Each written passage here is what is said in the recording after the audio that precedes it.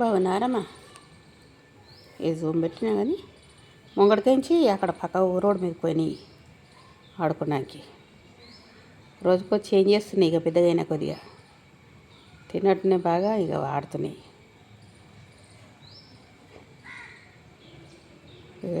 Puppies తోటి ఆడేటోళ్ళు పెంచుకునేటోళ్ళు ఉంటే ఇవి బాగా లైక్ చేస్తారు.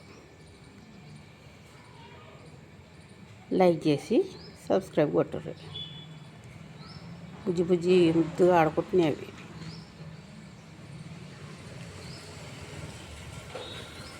లేదంటే బండ్ల కింద ఉంటున్నాయి.